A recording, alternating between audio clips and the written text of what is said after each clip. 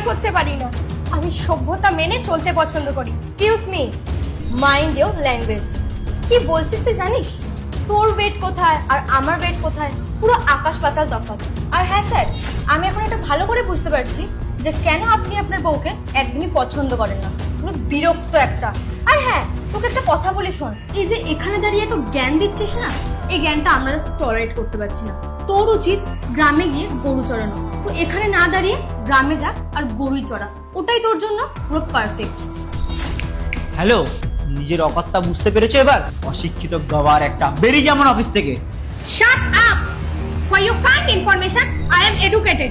এডুকেশনের মানে এটা নয় 24/7 ইংলিশে কথা বলা।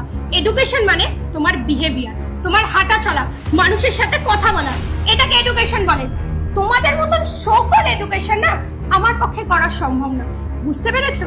আরেকটা কথা বলি, এতক্ষণ ধরে এত কিছু বললে না, বিয়ের আগে কিন্তু আমিও জব করতাম, কিন্তু এরকম পোশাক পরে ঘুরে বেড়াতাম না।